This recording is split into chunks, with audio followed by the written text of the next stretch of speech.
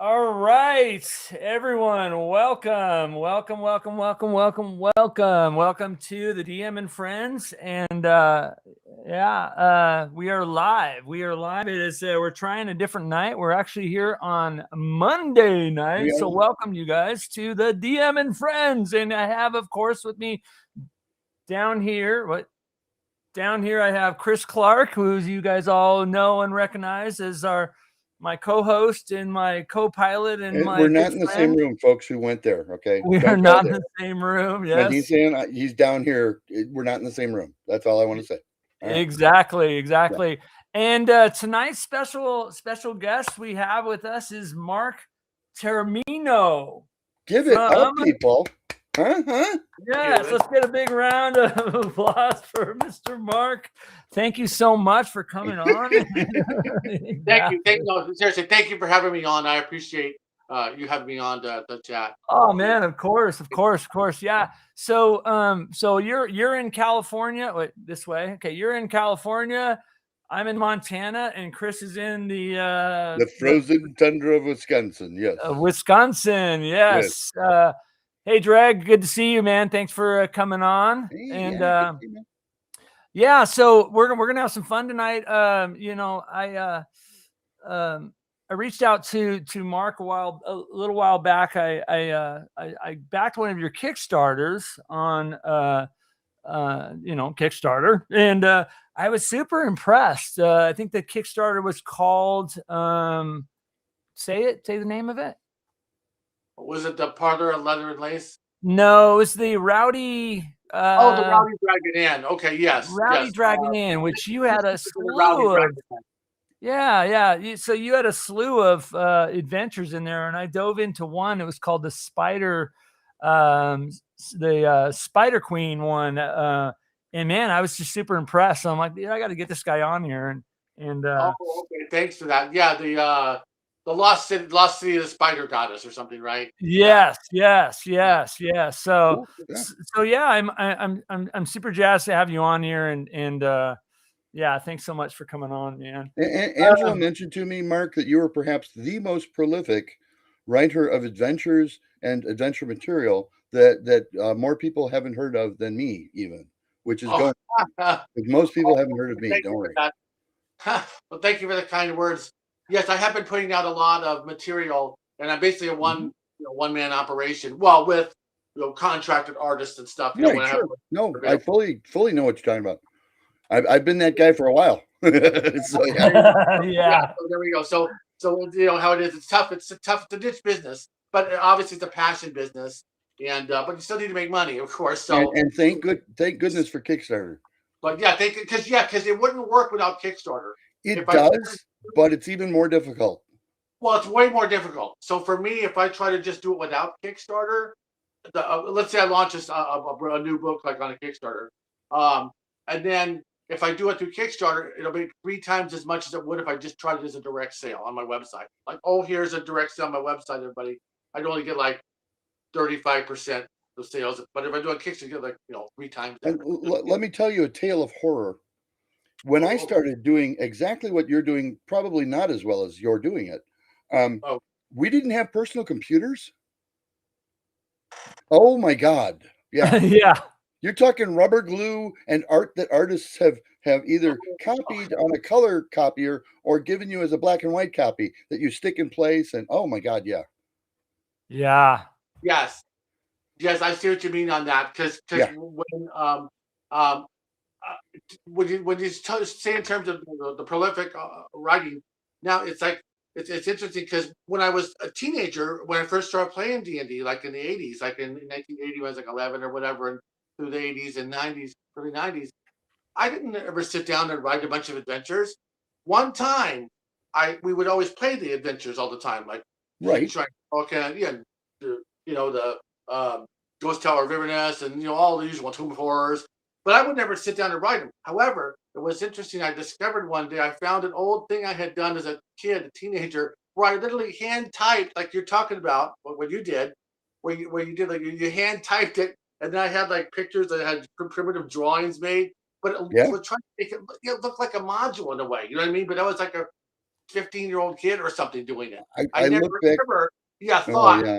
one day in the future I'll be developing modules or something. Do you know what I mean? Anyways, but it was just kind of interesting and eerie, a little bit eerie, but because it was like all trying to put together like you said with cutouts and My early stuff was just terrible too.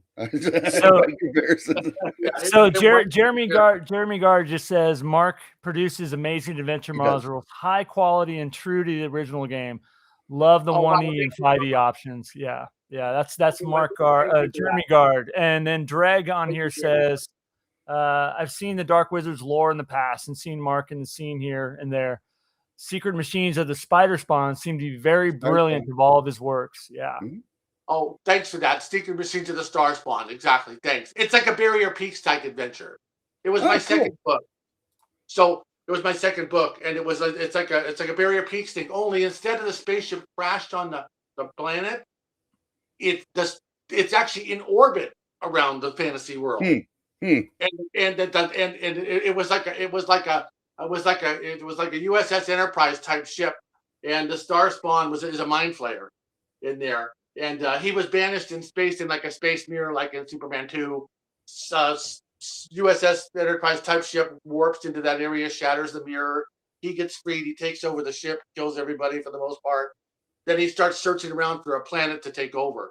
Eventually, he finds the planet of the fantasy player characters. That would be such a much better Netflix movie than the last 100 I've seen on Netflix. Oh, thanks for that. Thanks, because not only does that, because he parked in orbit, then he always wanted to have a volcano lair, so he goes down and builds a volcano lair, and so the adventurers have to go first to the volcano lair, like Barrier Peaks at the mountain, and then they beam up to the ship to finish the second party adventure.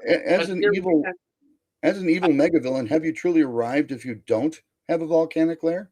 I don't think so. Exactly, because that was my second book, and I was already using the volcanic lair or whatever. Because at that time, when I did the first book in 2013, Vampire Queen, I was just like, let me make a module. I've always wanted to do it, like all of us. Everybody wants to do that. I said, I always want to do that. And I said, because I tried back in 2004 when I saw Goodman doing it.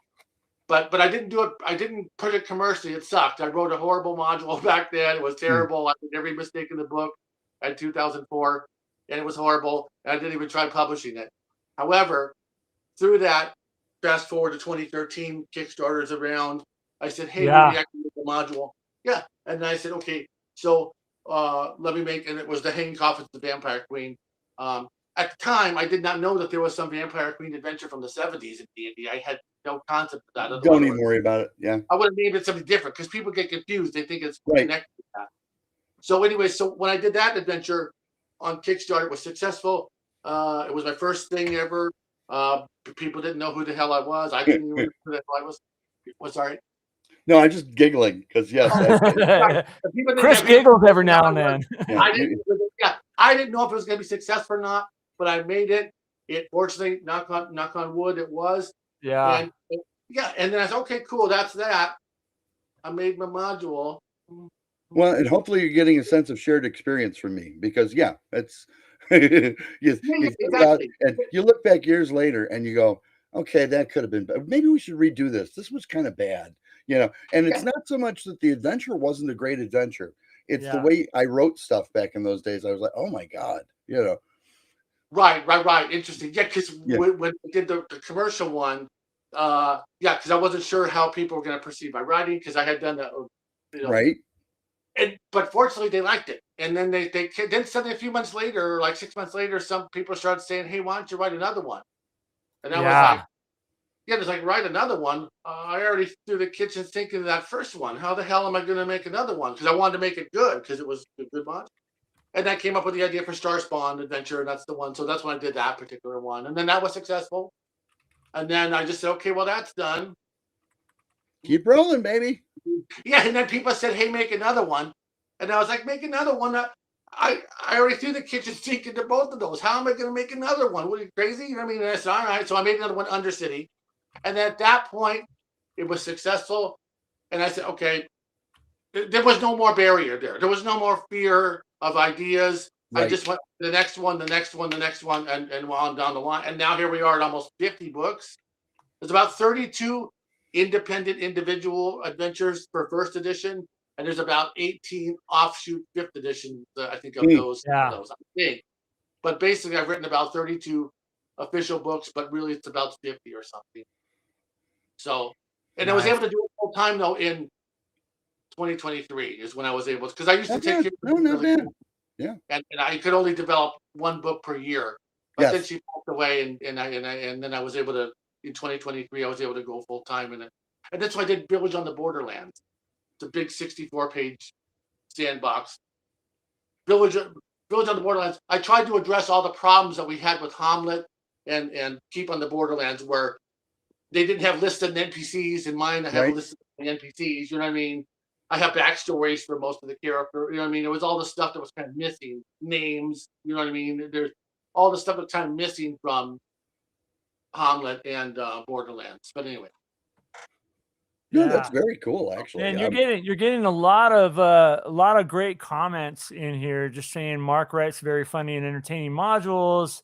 Mark also helps other new creators complete project. He is an amazing person. Mark is awesome. Congrats on the successful Kickstarter.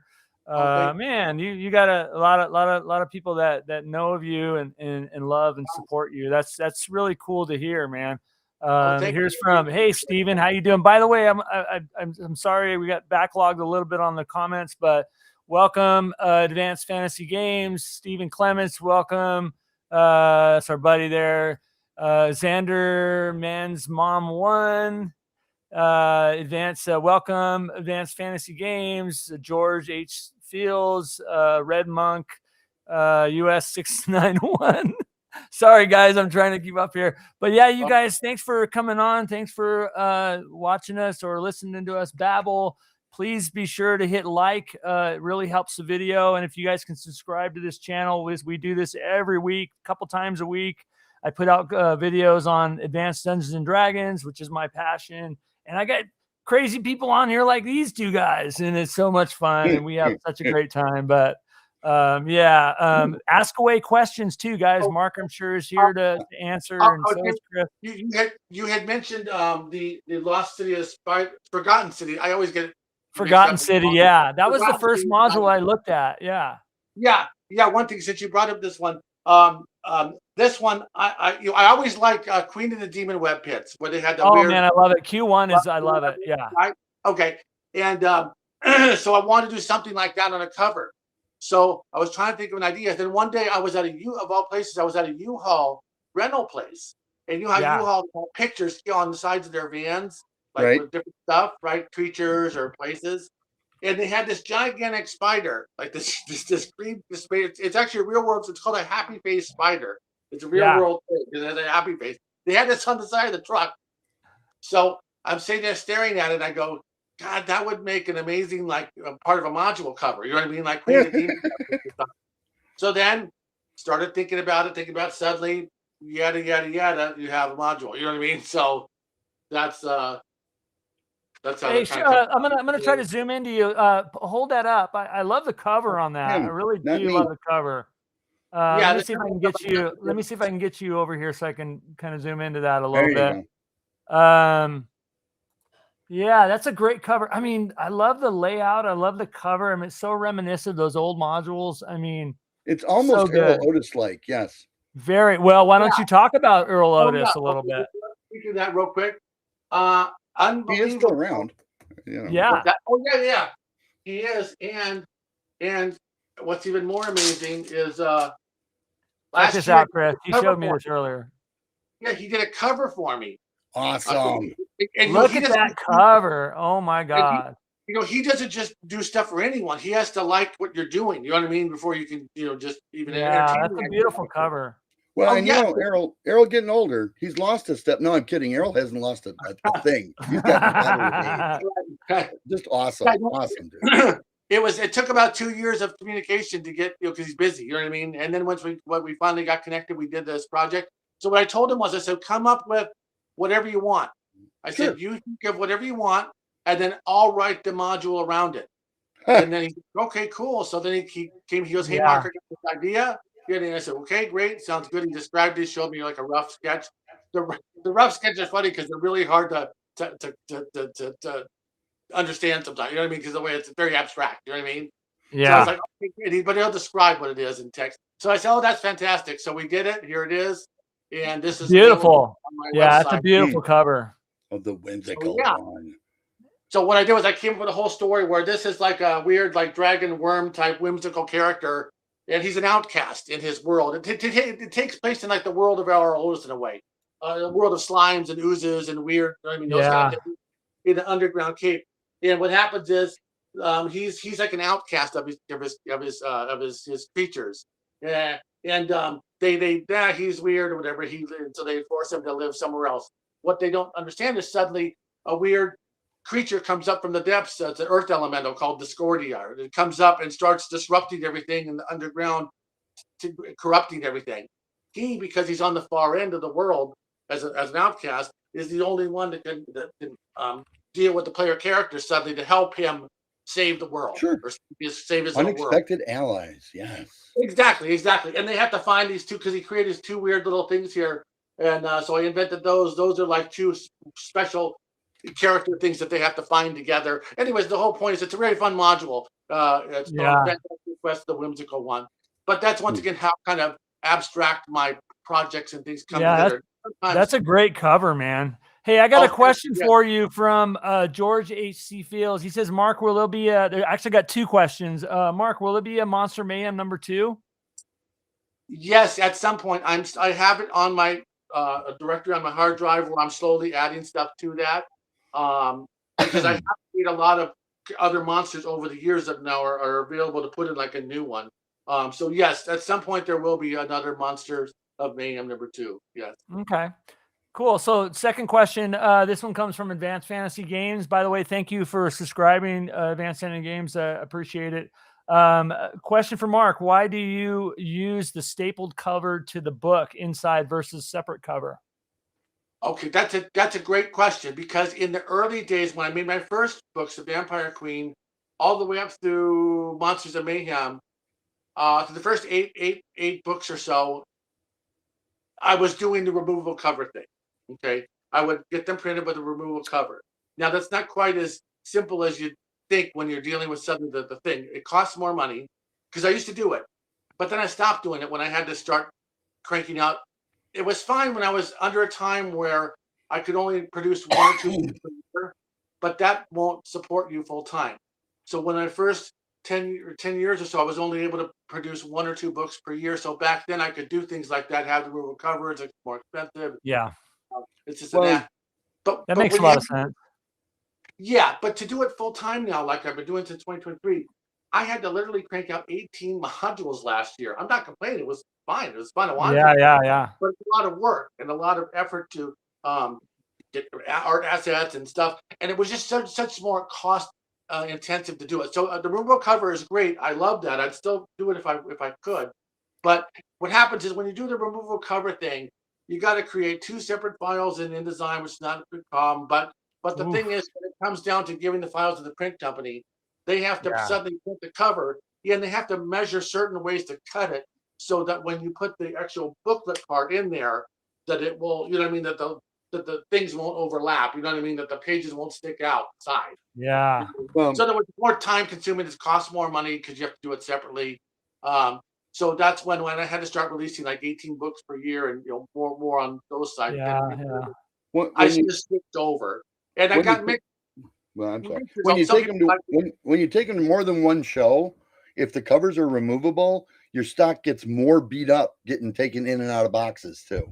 Oh, okay, interesting. That's a good idea to have the cover attached in some fashion. Oh, okay. Yeah, because people would say also that they like it better staple because they lose them sometimes. But yeah, the same, that's common. So you could put up as a YAM screen, A lot of the just-in-time printers these days like to glue them instead of staple them. Oh, it's really? unfortunate because if it's a smaller adventure, it doesn't sit open right. Yeah, you have to crease it in order to get it set open, and then nobody likes to crease it. They want to keep your books forever, man. You know. Yeah. I got 2 more questions for you. If we're sorry, they're coming in fast, guys. Yeah, this is great. By the way, you guys, thanks so much for being here. I'm seeing some people I have not seen before, which I really love. welcome to the channel. I am DM Angelo. This is the DM and Friends. Please hit that like button and subscribe. And it's super, super cool, man. I'm really glad to have you guys here, and definitely glad to have these two guys here with me. So, Xanderman's mom 1 asks, how many modules have you appeared in the art? Would you consider it an Easter egg? Oh, okay, that's a great question. Yes, exactly. Okay, I've appeared probably. Well, first of all, in the original thing, it wasn't intentional. In the very first time I appeared, how many times have I appeared? Maybe 4 or 5 times now, I think. Okay. But the very first time, yeah, was in Shadow of the Necromancer on the back cover, which now was on the back cover of the 5th edition book. It shows that it had a guy on the ground with fighting like the demon guy. It's also the same cover now as the boss villain book that I have called Archidon, the Warlord of Death. Well, actually, I think I have it right here. Actually, it does get a little blurry after a while. Yeah. So okay, so here it is. Yeah, so there's me right there, right? Okay. Yeah. But originally, it wasn't me. It was some other face of something, and I said, "Can you make that guy different or something to Justin?" And then he goes, "Here you go, bro." And then suddenly he put me in there, and I was like, oh, "Okay, thanks." And then that was the first time. It's an homage, yes. Yeah, That's awesome. I got one more question. This one comes from Red Monk. Oh, go ahead. Sorry. Here's one more. In the Arrow Lotus one, I could not help but, of course, putting myself in that one because it's Arrow Lotus. You know what I mean? Yeah. So here we go. So here I am in this one. Is that? Yeah, there you go. Okay, yeah, it looks just like you. Yeah. Okay, there you go. Yeah, it looks just like me. See? I love it, dude. All right, go ahead. So good. Red Monk US 6197, man. Hey, thanks so much for the question. Hey, Mark, if you could collaborate with any old school module writers, who would it be and why? I have a recommendation. The guy above you. Oh, there you go. Yeah, exactly. Off the top, I would say Alan Hammock. Would be definitely. I'd like to talk to him about it. I've heard through the grapevine that he might talk about something. Maybe I don't know how large or small, but yeah. So I definitely want to talk to him. I'm gonna reach out. We met up at EGG Con this last year. So yeah, we when they had the dinner thing, I just happened to. Alan was unfortunate enough to just happen to have a seat next to him that I happened to plop down next to him, and so I was going to talk to him when we were having dinner for about an hour. But it was just random happenstance that there just happened to be because the whole place was packed. Alan's a great guy, man. Yeah, I've had him on the show. Alan, my connection with Alan is we're both Boot Hill fans. So and I have a special module planned at some point. It's going to be a Boot Hill thing. It would either be a combination with the Star Spawn thing. It'll be like a mini adventure where the Star Spawn ends up, because when he was looking around for different planets, he stopped on one. It was like a Wild West type of situation or something. Yeah. So it's going to have some sort of Boot Hill / sci-fi. I love it. Yeah, that's awesome. Stephen Clements, who also does the show on occasion and works with me, works with Angelo, or at least will. Trust me when I tell you that. But he's telling you, Mark, that Alan is just waiting for you to pitch him something. He's okay. That's why I was. Yeah. Okay. Reach out to him. Alan is such a great guy. So I'll do that. I'll reach out to him. I just felt awkward. You know what I mean? It's hard. Get Errol to do the cover. Do it about a new form of aggressive yeast that is taking over towns. Okay, and you can call it Night of the Living Bread. There you go.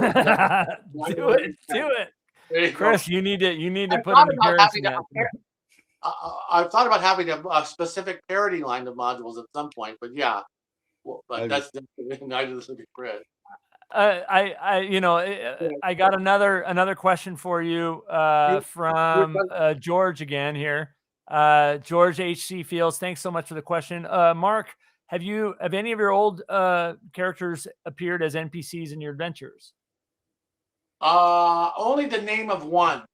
the name was Zed, that was before Pulp Fiction stole the name of Zed. Anyways, this is back when there was no Pulp Fiction Zed screwing up that name. But anyways, yes, that name appeared somewhere in one of the adventures at some point. But nice. it was but definitely those early days of me playing with certain DMs where it was ultra violent and there was brutality everywhere kind of shaped my output of how I kind of shape the modules sometimes, whether ultra violent sometimes or satires and stuff like that. Nice. Like I did one on the Satanic Panic where it's a satire on hell and the Satanic Panic and all that stuff. But so. Chris, you did some satire modules too, I think. Right? I did. I did a series of 6 of them, and actually, I told there's a certain following for that line of modules. Yeah, they all occur in another dimensional land called Igpe, where the elves all speak Pig Latin, which is Elvish, which is therefore the language of magic. And the great creator Adge made the elves so that they would go forth and name all the things of the land, not realizing just how lazy the elves were. So there's like the Etway River and the Onstay Mountains and the Ytre Forest, and all these wonderful things. The interesting thing is, because when you're in this dimension, the first one's called These Goblins Won't Kill Themselves, and people playing at the table, if they break into Pig Latin, it has magical effects during the game. They don't realize it. They'll roll a 1 and go, oh, itche. Suddenly, brown rain starts coming from the sky. And it's what? Oh, well, you use the magic language, and that makes magic happen. So, but it's funny. Many of the ones I did for that series were a little bit political, and I would not recommend doing political modules as satires, although they were a lot of fun. They were. I tried to avoid that. I think on Dwarven King, when I was still new at everything, I think I had some line in there where the Dwarven King was trying to make his land of Brundurum greatest again or something like that. But at that point, I stopped making any kind of political jokes or anything. But I try to. My humor there is so I try to throw humor at the players all the time. Where I always cast them as as ne'er-do-wells and murder hobos, which is usually what it was in the old days. And then even the villains, I'll make jokes at the villain characters or have bad things happen to the villain characters or humorous. We've got to ask Frank why the murder hobo never became a character class. Yeah, I think that's a fighter with a +2 sword. You have a choice between chaotic evil and chaotic neutral. Which do you want to be? Here's another question. This one's from Advanced Fantasy Games, by the way. Thanks so much, man, for asking questions. Mark, what file transfer program do you use to send everything to the printer? Okay, so I use file transfer. I just emailed them a link to download the InDesign, not the InDesign, the PDF. I use InDesign to do the layout. So I'll use InDesign to do all the layout, then I export like a super high res PDF, and I upload it to my FTP server, and I send them the link to the printer. But the printer, I have 2 different print companies. One's online, and one's a local guy. And I use the local guy all the time, and because he provides the best matching prices and everything. So he's local, so he's literally like Well, yeah, and most independent printers like your local guy will have the ability to accept a transfer just over the internet. They'll have a server that doesn't have your attached file size is way too darn big, so please make it smaller. Yeah, I just send them a direct download link from my thing. Yeah, I upload it to my website and send them a link to it. Yeah, because otherwise go ahead. I was going to say, so I'm in the presence of 2 layout guys. Well, only because nobody else would do it. So I had to learn InDesign because nobody else was going to jump on that hand grenade. Yeah. I suck at layout, so that's why I'm making this comment. So. What would you use InDesign? Are you using InDesign? What are you using InDesign? I use both InDesign and I'm learning Affinity because Adobe has gotten on about my last nerve. They sold me InDesign Suite 6, saying that it would be good for my lifetime as a lifetime license, and then lied about that. If you leave it live where your machine also is on the internet, they will sneak in a back door update the Microsoft system, like 10, 11, whatever you're using. Yeah. But during that update, it will disable some aspects of your Adobe suite. Yeah. Oh, okay. That's good to So know. I now have 2 machines on my desk, one that is not connected to the internet that has InDesign Suite 6 on it, and one that is, that I'm now speaking with you from. Okay. But Affinity, and by the way, for those out there wondering, Affinity recently got purchased, and it's a very InDesign-like program. It's almost the same thing, but got purchased by Canva, and so Affinity is now free for life. Yeah. Yeah. I use Canva. Canva I've had a lot of luck with. I don't have an eye for things. There's a trick to it, and it's not. It's practice, I think. Talent. It's It's craft. Yes. Yeah. Even like the thumbnails for this, I feel like I'm missing. I get everybody's face on there, and it just doesn't. It's I've been told I need to add more white space to my layouts, and I'm sorry, I hate white space. Yeah, you're paying for print on a page and pictures on a page. You're not paying for white space. You want to do that? You can go to Office Depot. Yeah. They got hey, space. Yeah. Hey, real quick, I'm sorry to interrupt here, but I do want to, before we get any further, and we got people on, I do want to plug a couple past Kickstarters and things that we want to plug while we're here. So I do want to put up on the screen the guys that were here a couple weeks ago of Tales from the Tape Deck. They have this really cool product that is very out there. innovative. Really neat. It has to deal with music and game and is a very soundtrack kind of design. So scan that code and go to their that takes you to their upcoming Kickstarter that I'd love to see you guys show some support there. Check it out. Excuse me. Also, I want to plug EggCon. So EggCon, all three of us are going to be there. This is going to be in July this year. He's got an EggCon shirt. Heidi and Eric are awesome. And I'm going to have them on the show pretty soon. I still haven't kind of solidified that, but I'm looking forward to getting Heidi and Eric on and talking EggCon. And I'm looking forward to going. This will be my first year going. You guys have been there before. But man, EggCon, can't wait to go back to Wisconsin and check it out. See a lot of my buddies there. Also want to do a shameless plug for Joe Block's Adventures Dark and Deep, Book of Fell Wisdom, which is one of his final books in his Adventures Dark and Deep series that is going to be super awesome because it has a lot of dark character classes and spells, like druids that use mushrooms to cast spells, necromancers, witches, stuff like that. Super. I backed it and I can't wait. I'm going to steal a lot of his material and bring it into my personal campaign. So I can't wait to see what that is. So yeah, that's that. And also, a shameless plug for you, Mark. This is your Parlor of Leather and Lace Kickstarter that just closed. I think you said it closed, and you're still taking orders for it. So you can get on there and scan that code, guys. Yeah, it's still taking late pledges, and it's going to print. Actually, it's at the printers right now today, so it's going to print this week, and then it'll start shipping at the end of this month. But you can still pledge on Kickstarter to pick up a copy of it if you want.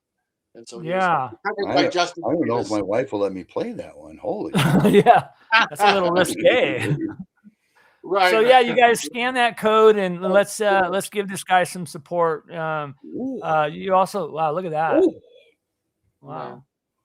Yeah, you know what I really thought was pretty cool. I was going through the PDFs that I got from the other Kickstarter that I backed, and I was looking at them, and man, you did some really good map work in there too. The maps are really awesome, dude.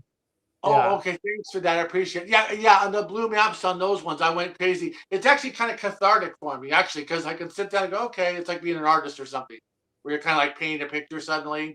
Because I'll just kind of make it happen. But I've been adding those little details like motifs over a room, like 50% opacity of like an image, like a monster or something that you. Yeah, that's really cool. Yeah, in icons. When you can't express what the room is in like your traditional statues and shapes, I would put a motif down on the floor of what the room is. You know what I mean? If it's a library, it might be a picture of a bunch of books or something. You know what I mean? So it just kind of this weird kind of unique imagery in the maps, which I haven't seen. Have other people done that in the past, or because I haven't seen it as far as I'm aware. Not imagery that I've seen like that. No. Yeah. Because here I'll show you actually. They'll put these little tiny pictures in of bookshelves with books on them. You're like, what the hell is that? Yeah. See, like here. So see. No, that's very cool. Yeah. Yeah, that's pretty cool. Some of them, I was looking at some of the maps, and you did a really great job, dude. Oh, okay. Yeah. Thanks for that. Yeah, I wasn't always good at making maps. It just sort of happened over time. But yeah, because I used to hire people to do maps for me, which sometimes I still do if I need to have a certain map made and I can't have time to do it. But I hate overland maps. So we had a couple people scan your QR code, so that's pretty cool. I'll bring it up again, guys. Yeah, I got a question from George. Mark, do you have any plans for cons this year? I know you're going to EggCon, but anything else? Okay, not specifically. I was invited to go to the Philadelphia PageCon this month. Yeah, we were both there. What's that? Oh, were you there? We were both. Yeah, both of us were there. I just couldn't coordinate it because the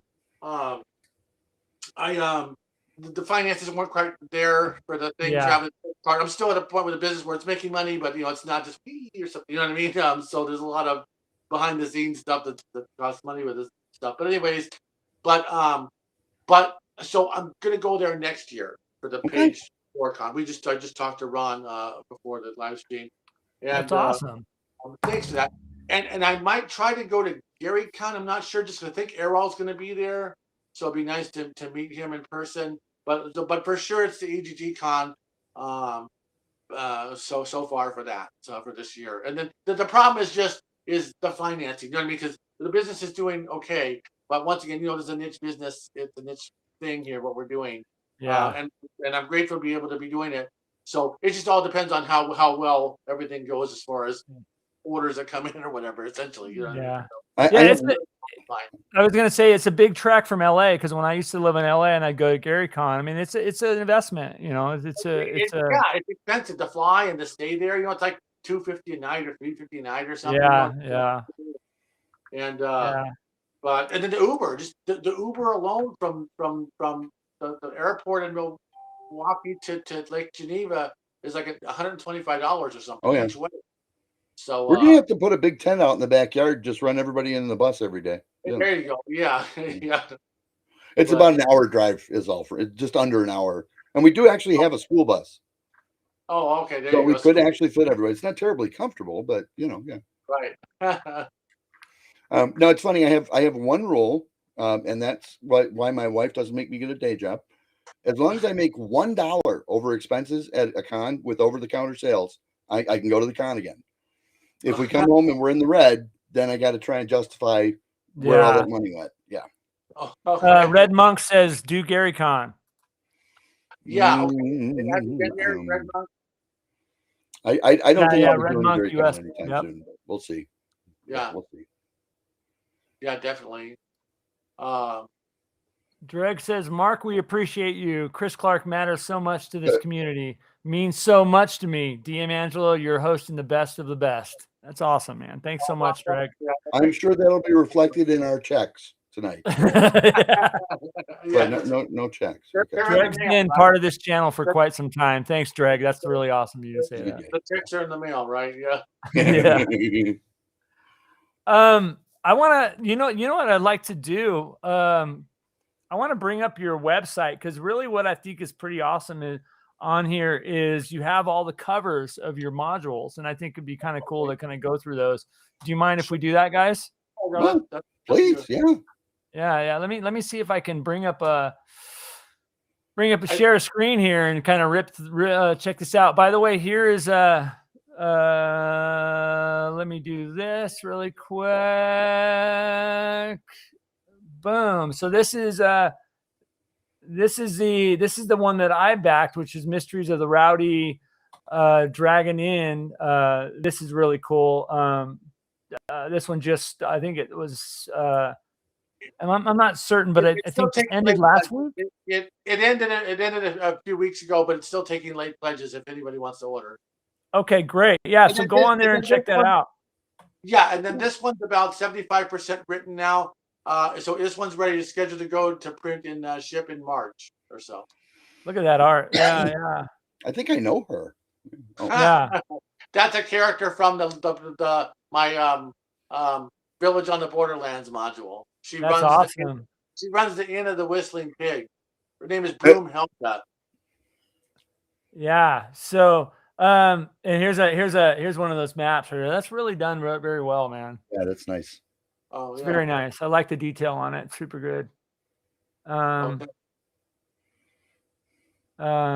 Yeah, look at this. Really, really great stuff, guys. But I do want to go to here. Let me see if I can change this over. Remove, stop sharing. I'm going to share this, the website. If you guys are not familiar with his website, there's a Dark Wizard Games website. If you go on here, and he's got a nice little kind of banner that goes back and forth, but really kind of scrolling through some of this module cover. Really cool. And you do stuff for 5e also. I think you do 1e, 5e. It was primarily 1e, and I was starting to do 5e offshoots of the 1e books, like independent individual 5e books. But at this point, they just don't sell well enough for me. So what I'm going to do is I'll just do the 1e books, but they'll have 5e rules in them as well. But they'll still look like 1e books. Got it. Because to make two separate books, it just wasn't financially viable. I just don't sell of the 5th edition version. Yeah. Oh, shoot. I went forward. I shouldn't have done that. Here's the Sinestra and the Magics and the Machina spiders. I like that. We were talking about that last night. Yeah. So what it is real quick is remember in is that Queen of the Demon Web Pits? Is that the one where you meet up with Lalt and she has the spider ship thing? Yeah, right? Yeah, that's Q1. Yeah, Q1, okay. The very last, the final. Okay. Yeah, I loved that thing back then, but apparently, I guess over the years, some people didn't like that there was a steampunk type ship. I love it. Yeah. So in this adventure, I have my own like evil drow villain character named Sinestra here, and this is a boss villain adventure. So what it is the joke is that her spies have intercepted the plans for Lalt's spider ship, but I can't use the word Lalt, so I have to say Spider Queen. So her spies have intercepted the plans for the spider ship, and because Sinestra is a super genius, she's found a flaw in the plans, like in the Death Star. You know what I mean? Where there's a flaw. Right. So she corrected the flaw, and she's made improvements in making her own spider ship, so she can take over that damn Spider Queen bitch. Well, pardon my French, but yeah. So that's the thing with that one. So hey, so real quick, I just want to. Sorry for that. I just want to say, I mean, I don't know why I feel so self-conscious saying Ignatius's name. Did I say it right?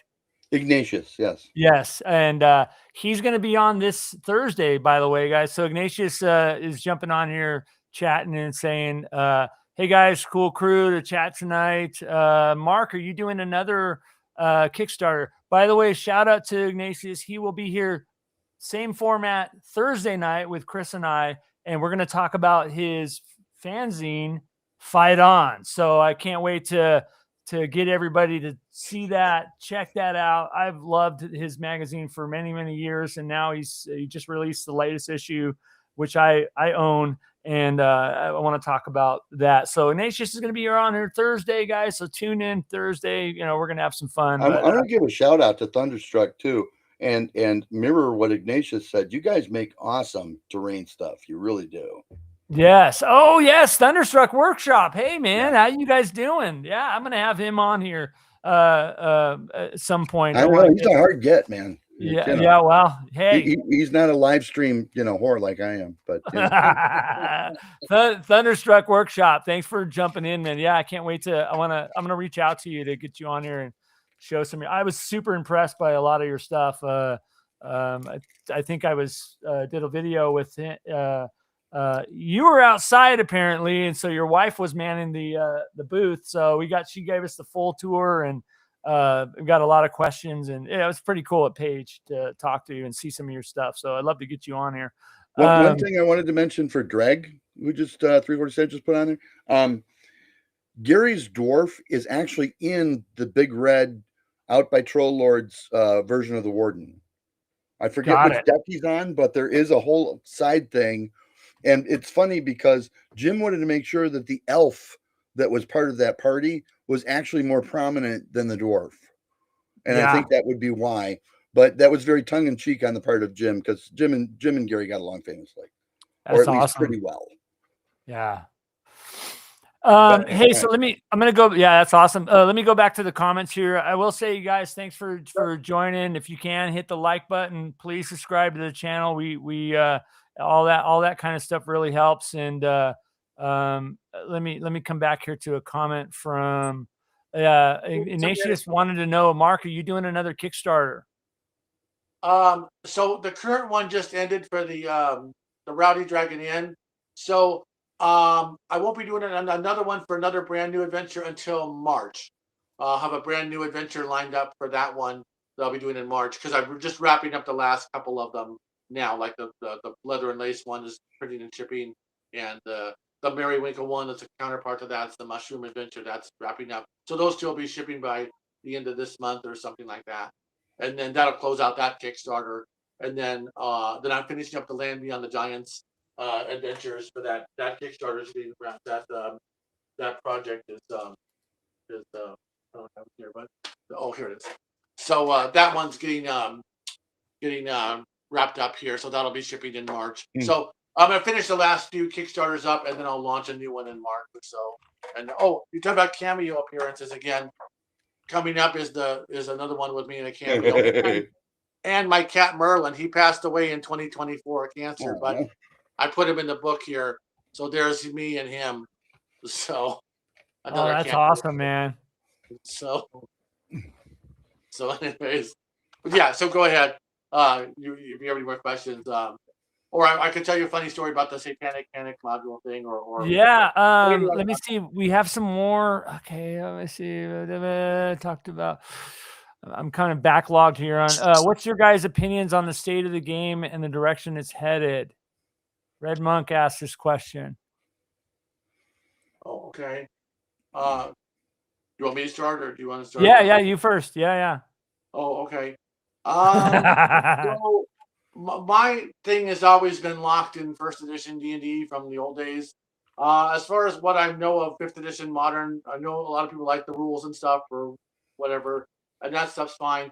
However, the other kind of aspects of how they're trying to change role playing around, it just doesn't. Maybe it appeals to some people, and that's fine. You know what I mean? But for me, I'm more in tune with the other ways of storylines and storytelling. For example, in some versions of 5th edition D&D, somebody might be playing a game where they're in a tavern, and the worst thing that happens to them is suddenly an evil wizard comes in and turns them into a butterfly or something. You know what I mean? And then oh my God, he's a butterfly. How are we going to solve this big problem? You know what I mean? So then that's the big thing. That's kind of like, in me, the worst thing happens is you go in a tavern and suddenly somebody's punching you in the face or something. You know what I mean? Or accusing you of stealing them from them or whatever. You know what I mean? So just different ways of the thing. So I'm not really too crazy about the way it's leaning. In fact, one last thing on that same note. So for example, like they just came out with a thing where the orcs are supposed to not be evil anymore or something. You know what I'm talking about? Yeah. Right. Yeah. Right. Okay. So when they're like being peaceful and they're playing around with falcons and riding horses or something and all this stuff. So I thought that was like, oh, come on. So I thought that was a perfect way for me as an independent developer and writer to kind of poke fun at that concept. So I came with a whole module, which is this, the Hidden Shrine of the Warlord Chief. Okay. And what it's about is the warlord of the orcs has got wind of this new way of thinking of what these orcs on the orcs on the coastal lands, I get it. And they're doing it, and he does not appreciate this. So he goes and finds some shrine, and he sees a image of his old war god. Bring them to the light. Yeah. To bring him to the light, so it says, you must go back to our ways and whatever. This cannot happen. And he's like, yes, war god. And by the way, he's even uglier than the statue of the war god or something. So he thinks it's some divine thing. That's Grumsh. Right? Grumsh is the god of the orcs. Yes. Yeah. Oh, okay. Yeah. So the whole joke of the module is that he's working on a plan to stop these, new way of thinking from the, from the new orcs, blah blah blah. So it's kind of a fun poke at that. However, in here you do find a modern type orc woman. This is done by LC Fritas. He does like pinup stuff. So you do find. Awesome. I try to give theirs the other view standpoint, a peaceful orc standpoint, but in the form of this character, she's in the jail and they have to rescue. You dated her. Yeah. Oh, you think you dated hey, her? Chris, before I have you go answer that question, I'm going to go to the comments real quick and just acknowledge some people that are jumping on. Yeah, Fred, thanks for jumping on. For Mr. Rourke, Thunder Struck Workshop again. Thanks for coming on. Red Monk, Ignatius, Agile Monk. Thanks so much for showing your support. Steven again. There's some questions in here.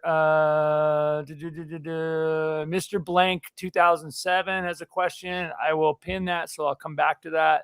But yeah, man, I'm falling behind. Sorry, you guys, on the comments here. Go ahead and answer that question. The same question, Chris. What do you think?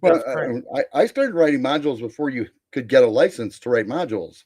So I got used to making up my own spells and monsters, because otherwise they'd come over and say, you can't do that because that's D&D, Right. And unfortunately, that really makes you, it puts you in the wrong frame of mind to write anything for 5th edition. Okay. Because if it's already out there, you got to be able to reference it from the reference document, blah, blah, blah, blah, blah, blah. It really doesn't put you in the right frame of reference for writing for 3.5 or Pathfinder for the very same reasons. And frankly, when I used to turn stuff into like Tim Kask or Roger Moore at the Dragon and say, gee, could you give me $40 for this article? I just did this cool little mini module. Could you give me $40 for it? Because that's about what they paid. Wow. And they would say, okay, Chris, this is a railroad. We don't take railroads at TSR. Okay. Make Nexial adventures. We'll look at them. But when there's a, path to dungeon, impenetrable forest on either side, and that's borrowed from Knights of the Dinner Table. But no, don't do that, because we don't write those. Well, unfortunately, Pathfinder, you kind of need to guide the party towards the clues that they're supposed to find, or else it's not Pathfinder. And so, I can't write for the more modern systems because I'm just not wired for it. It's just too many years of writing the other kind of module. Yeah. Yeah, interesting. Because my Vampire Queen, my first one, was a little bit railroady because I didn't quite at the time was still figuring everything out. Cameract is a railroad. It's okay. But the most recent one I finished is a railroad, so it's all right. Yeah. We got another question here from Mr. Blank E 2007. By the way, I'm not going to answer that question because I'll go on a rant too. But as far as the current state, I have the game. It's AD&D. Anyways, Mark, when you first start writing, and this is actually for both of you guys, because you guys both write. So, I'm just a pretty face on here. So Mark and Chris, when you first start writing modules, do you write a specific class or do you overall plot? Yep. I always start with, and believe it or not, I always start with the conclusion. And then I write the story. Yeah, I've heard that. I've heard that before from the writers. Right, yeah. And that works with screenplays too, but go ahead. No, that's about it. I work backwards. And then the thing is, you want to make sure as you work backwards that it's not a railroad. So you take each point that you wanted well, this would lead to that, but how do I split this into two potential possibilities that would both lead to that? And if you do really well, you have 2 or 3 possibilities at every single turning point in your adventure.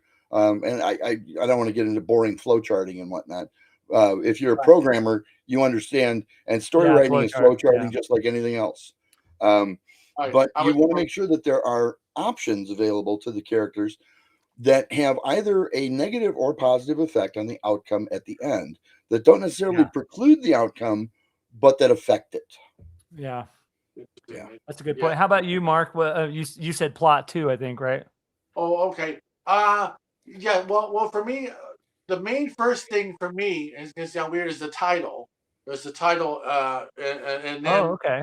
kind of the boss character or the concept of the boss character, and then I'll build a story around that, and I'll think of like the ending or you know what I mean, different kinds of things I want to lead up to or different things like that. But initially, for me, it's always either a title or a boss villain concept or something like that. Now, sometimes I spend a lot more time developing them, like the this one, the Pirates of the Serpent's Den. This one I started conceptualizing all the characters in it way back in like 2017, but I didn't get to be able to write it and publish it completely until last year or this last year. It is like a big sandbox pirate adventure. But so to answer your question is this is done by LC Freitas also. He's in Brazil. But yeah. So to answer your question, so the name. So I came up with this name. If I knew I wanted to do a pirate adventure, so I came up with a pirate name that sounded good. And then I thought of all the villain characters I wanted to have in this one, the 5 pirate boss. Oh, by the way, there's a cameo. You talk about cameos real quick. I'm in here too, in all my glory. Hold on. You're gonna love it. So the here. What? Is that it? Oh, that's you. It looks just like you. Well, Yeah. that guy's not in as good a shape as you, though. I mean, Yeah, he's not the total buff beefcake that you are, Mark. You know. But yeah, so talk about cameos. So anyway, so that's how it works for me. Is I think of the title. Yeah. Sometimes it can be real fast, like I said, like this one, the orc thing. I had thought of the title Hidden Shrine of the Warlord Chief, and then from there I connected the dots to the story I told you about, the like hearing about the WotC stuff with the orcs. Right. I said, okay, these two will go together, and then I just suddenly the story sort of came into being. Well, I wanted to say the whole Igpay series started out as bad bar jokes. Yeah. Each one of those was a bad bar joke. And I was like, you know what? This should be an Igpay module. We got to do this. So yeah. The second one is, why are we here? These things are already dead, because it's an undead adventure. Okay. The third one was when there was this whole anime thing going on, and I did one called Tentacles. Really? You know, and yeah, there's tentacles in it. The fourth one is about things that are done to your party in terms of identity theft, primarily. It's all done by ghosts and things that are not visible. So it's called Nothing to See Here. And then the last one is I think I stepped in something. The last two that are still just bar jokes are don't be that guy, because each party member gets supposedly possessed by a demon individually, and you try and get them back without having to kill them. And then the last one is called That's Not a Map. But they started out as bad bar jokes, and some of the other bad bar jokes that, of course, will never turn into adventures, Angelo. Yeah. Well, I've played in those Igpay modules, and they're super, super wacky and fun, and good time, good con games. Yeah, sounds like sure. Yeah. All right, you guys. Any more questions for our? And I wanted to mention too. Speaking of cameos, I don't know anybody's seen this, right? What's but that? They're probably unaware that thief holding the map on the edge of the cover, smoking a cigarette. Is that you? Probably somebody you know. Yeah. Now the funny thing is, I'm only smoking the cigarette on the standard version. The Premier and collector's editions that were put out, they took the cigarette out of my mouth. So yeah. Oh, right. See what I mean? Because they have to sanitize it or something. Right. Exactly. That's the benefit of. I was just thinking the other day, realizing where I have to fit in here as a business and the community and everything. Is just the best thing for me to do is to continue what we're all doing here, is be independent. You know what I mean? Because then you can have the character smoking on the cover. You know what I mean? And all that stuff. There's Gary, of course. This was one of the This was one of the game testers. This is the nice young lady. Oop, wrong way. This is the nice young lady that drew the image. And then down here was my then partner, Daniel, on the bottom. Wait a minute. There he is. Yeah. Daniel is no longer with us, but okay. Yeah. Anyway, So, but yeah, I used to wind up in a lot of the cover art and whatnot. Well, So you talk- you have a copy of Villagers, don't you, Angelo? So talking of Yeah, go ahead. talking about cameos on the artwork, who do you guys think this is right here?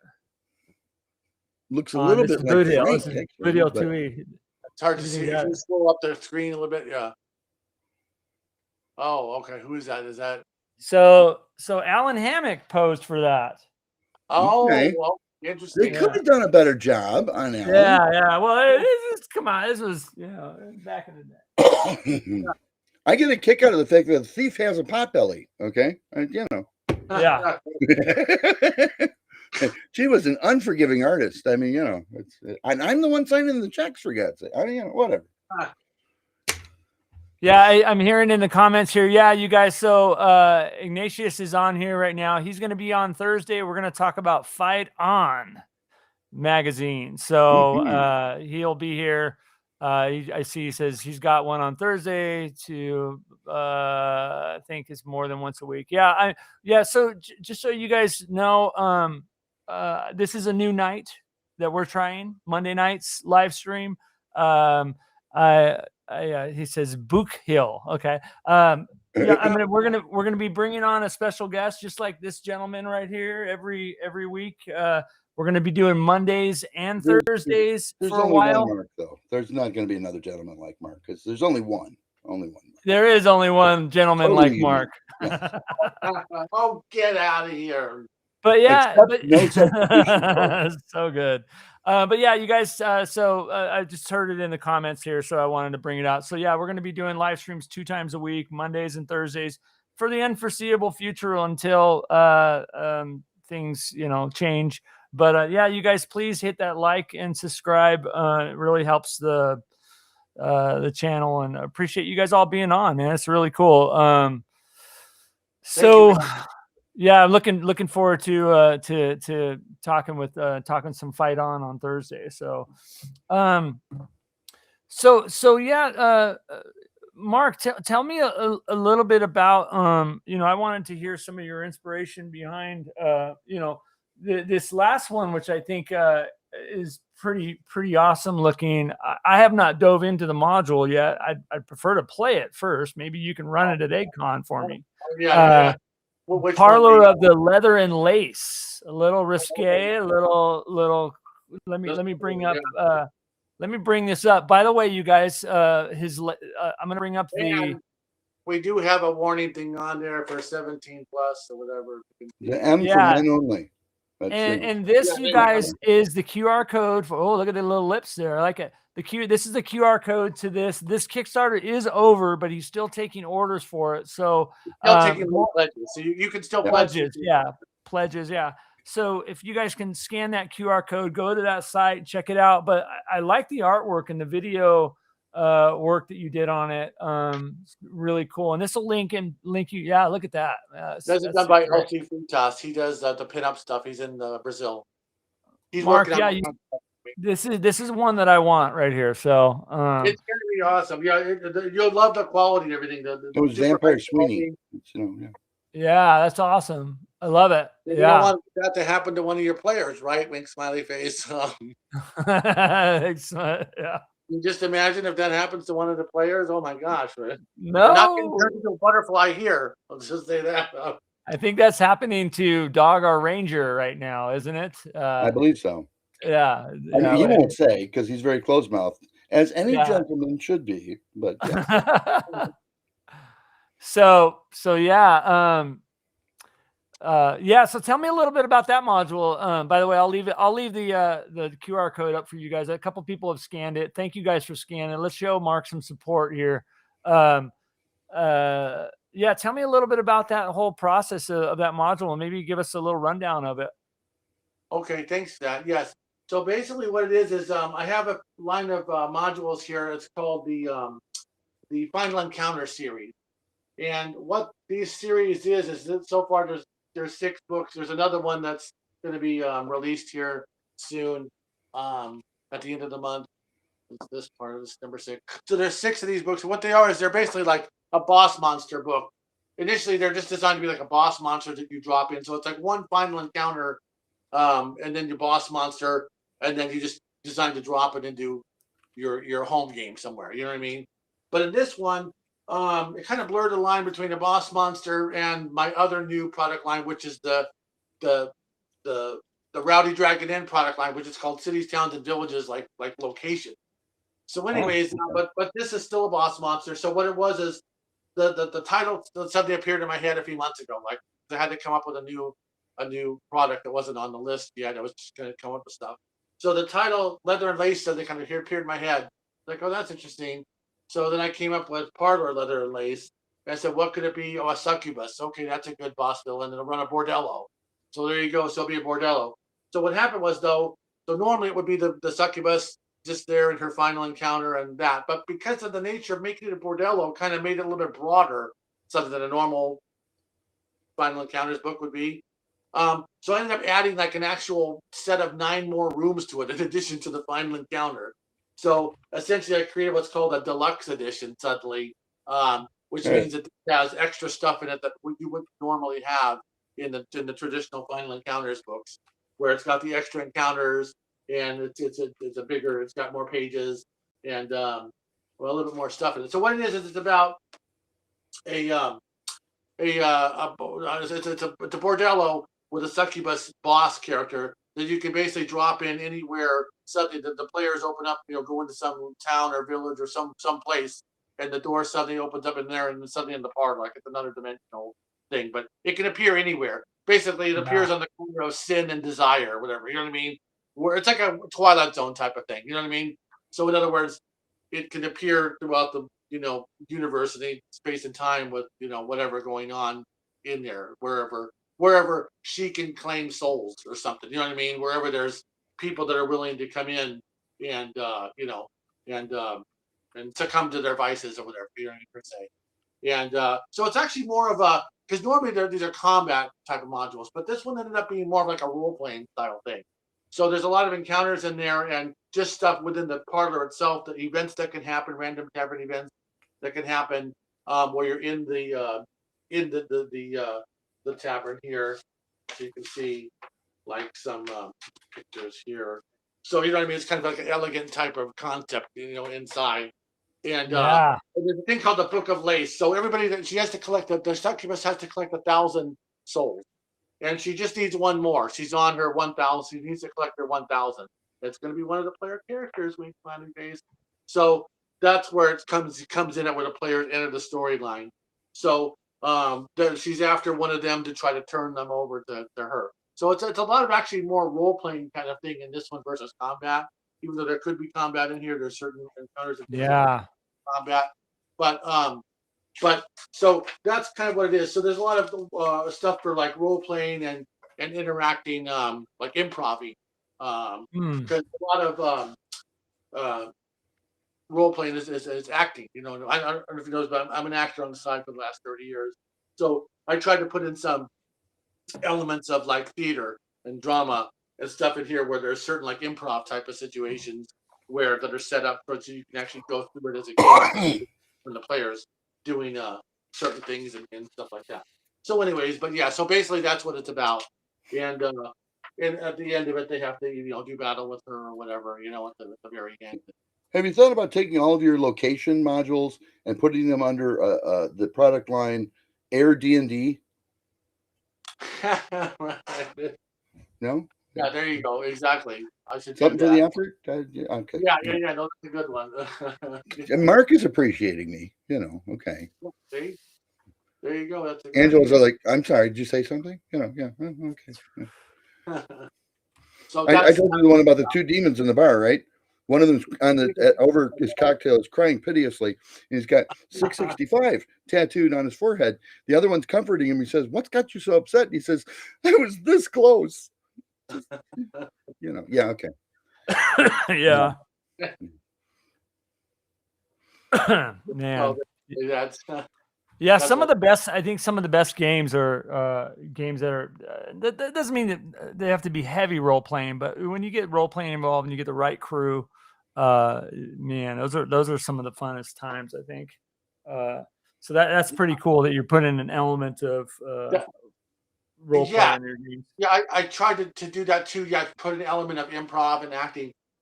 In fact, I did that on a much more heavier level in this one where this is my satire on hell and the satanic panic. Right. Yeah, that's funny. So Steven just mentioned that. He says, yeah, he put some good acting prompts in the Legends of the Seven Golden Demons. Okay, yeah, very interesting. Yes, because one of them. So in this one, your player characters end up going to hell, and you have to traverse the 9 levels of hell. And in each layer of hell, there's a golden figurine or something that you collect. And then when you get to the last thing in the castle at the very end, the Black Castle of Hell, whatever, I forget what's Fortress of Damnation. You have to forgive me. I have so many names and characters and locations. It's hard for me to remember, keep track of everything at this point. Yeah. But yeah, so then you go in there, throw the things into a thing. It creates a dagger of destiny or something, and then you got to try to kill Asmodeus with it or something like that. So in that one though, in the pride level of hell, pride here. So here suddenly, I got a little bit awesome looking, yeah. In a way, yeah. Where so what happens is the player characters end up coming into this thing. And they see a pyre with like a burning body on it. Okay. And what happens is now at this point, I tell the DM that there's 3 options that the DM can do depending on how well this group can handle the subject matter. Okay. On the pyre burning is a body. Okay. Now, one option, the body is the player, not the character. The players on the thing in something like that. The players on the thing in the character's clothes. Okay. Okay. And what happens is the characters on the pyre, or whoever is chosen, whichever, I forget how it's structured, whoever's the one's on pyre, has to approach the pyre. And okay, so here's the options. It's either the player on the pyre, the physical player's face with the character's clothes, or option 2, it's just the character on the pyre. Yeah. Okay. Or option 3, it's the character on the pyre, but study the face for a split second. Changes to the player's face, and then back thing. Okay. Now what you're supposed to do here is this is the player character, the person has to suddenly reflect at the table on life situations or things that they would like to have done differently if they could have. Or they have to like address like, oh, I should have told somebody I loved them. You know what I mean? Or I should have, whatever. You know what I mean? Different kinds of things. I wish I would have done this in life. And it's just to reflect on their life and think of things that if they want to have changed, that they could change going forward. You know what I mean? You know what I'm saying? It's hard to explain, but the regrets they might have. Exactly. Correcting their regrets. So in other words, in real life now, maybe it's time to try to make amends. Yeah. You know what I mean? Make amends. So before it's too late. You know what I mean? Now, where this comes from, there's an actual improv and acting that I used to have to do in when I was going to theater classes with the acting teacher in the 80s. They used to simply call it the dead body exercise, where you'd have a couch and they'd put a bunch of pillows on the couch and cover it with a blanket. And then the idea was that the actor, somebody in that class, would have to go sit by the thing and talk to it as if it wasn't them, but it was somebody else, like their parent or their friend, or you know what I mean? Somebody else other than themselves. You know what I mean? Yeah. And the whole idea was to get emotional. You know what I mean? To release your, you know what I mean? So in my case, I kind of switched it up to being the person to reflect. You know what I mean? Because of what the nature of the module is. You know what I mean? So that makes it sort of a unique experience as far as in role playing. You know what I mean? Depending on, once again, how comfortable the DM is with, with the way they want to take it. You know what I mean? Sure. With the thing. Because in like I said, in acting classes, we had to go through all these kind of things like that. So, I just thought it'd be interesting to kind of work something like that into one of them, and I was able to work that into here. And there's probably a few other things similar, but that was one that I thought was an interesting thing to put into a role-playing situation. That's awesome, man. Cool. Yeah. We got a question here from Advanced Fantasy Games. And I think this question, Chris, you could answer this question, Sure. even though I know the. Getting kissed. Good night. Good night. Strange women just do this all the time. They wander in my office. Yeah, anyway. Yeah. Say You're a goodnight little to 3 million people. Yeah. So the question is, Mark, do you slab your first prints and save them? And Chris, I want you to answer this too, even though I know your answer. I think it'd be great for. Do I do what with them?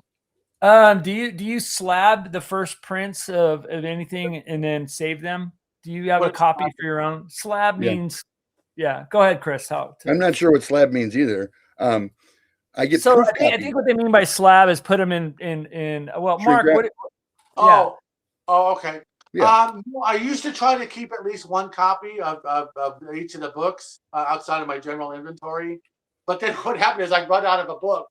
Somebody would buy the last book, and then an order would come in needed that book, so I'd have to usually give up one of my last copies. So a lot of times out there, somebody might be ended up with one of my. They're all in good condition, but you know what I mean. It might have been one of my last copies I had to send out, and I had to get reprints made. So, but no, I don't. I probably should. What I'd like to do is just in design. I already have a template for this. Is every time I do a book, I'd like to do a poster size cover in InDesign, which I have the materials to do. I just haven't had the time to sit down and do them. But because in the first few I did. In Vampire Queen, in fact, there it is right there. In Vampire Queen, you can make a poster files. Yeah, that's pretty cool, man. Yeah. But I want to start print of it. Yeah. But as far as saving them, I tried to save. I have some, but there's so many now. You know, it's hard to even keep a separate set of everything because I think what he means by slab and please I think he means you put a cardboard in it so that it doesn't get kind of like what I kind of picture that being in Advanced Fantasy Games. Please elaborate. But I think when you slab something, you put it in, you protect some kind of protection or like with comic books, you can slab them and put in that's I can run over and grab some, but I don't want to right now. It's been a while since I went to an outside printer that wasn't a just-in-time printer, in a while, 8-9 years. But they used to send you a what was called a blue copy, a printer's copy to review, and you save those.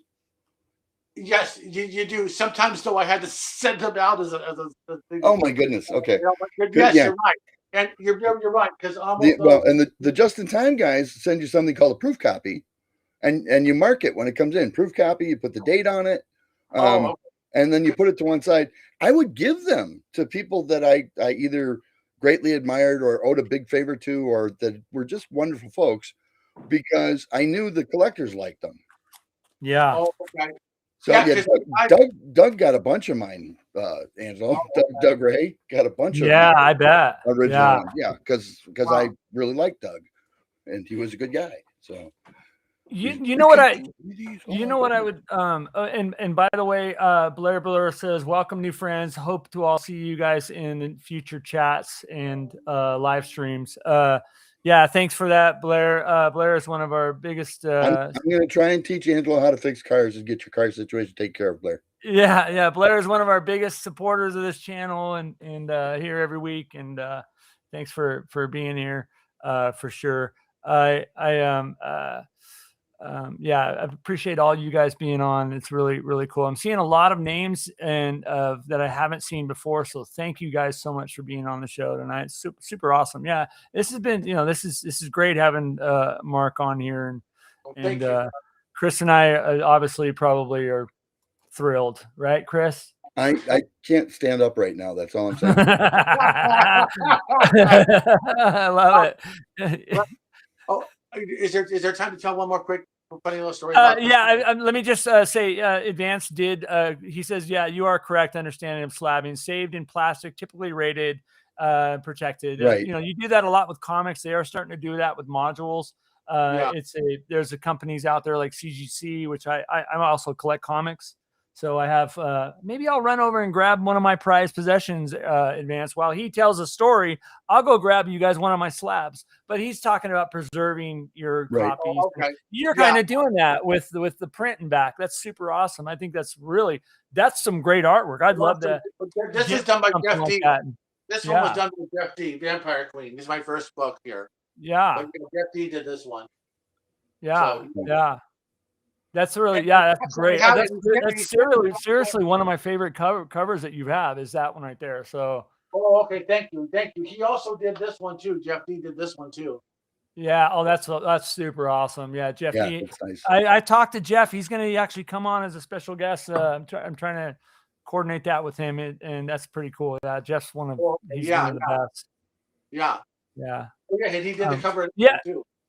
Yeah. Oh, that's awesome. So tell the story, and I'm going to go get the slab for Advance so he can see my prized possession. Anyways, go ahead. Oh, okay. So I'll try to make it real quick. So when I first conceptualized, I wanted to do a module based about the Satanic Panic and everything. This was way back early, like around 20. I remember. I'm old. Oh, yeah, exactly. Yeah, me too. When I first wanted to do the module was around 2017 or something. So I'm sitting there at a coffee shop, and I'm thinking about it. And the waiter guy comes up. He was a friend of mine. He's the waiter there. And we're having coffee. I'm having the coffee. And he's real religious, the guy. And I said, hey, I'm thinking about doing this adventure based on, in hell. And I said, you could go through hell. And he's like, well, are you crazy? Are you out of your mind? What are you talking about? Why would you want to do that? I said, well, it's Dungeons and Dragons. And he didn't know what Dungeons and Dragons. I said, it'd be an adventure. I said, he goes, don't you understand? He goes, no, Mark. He says, don't you understand? He says that when you go to hell, you're dragged there and chained. And I said, brilliant. I said, that's how this module will start out. The player characters are going to hell dragged in chains or whatever. He was like mortified. He's like, but don't you understand that when you get to hell, they burn a metal plate into your chest that has all your sins on it? And I said, that's brilliant. I said, I'll have a scene where there's a blue collar demon with like a cigar in his belt.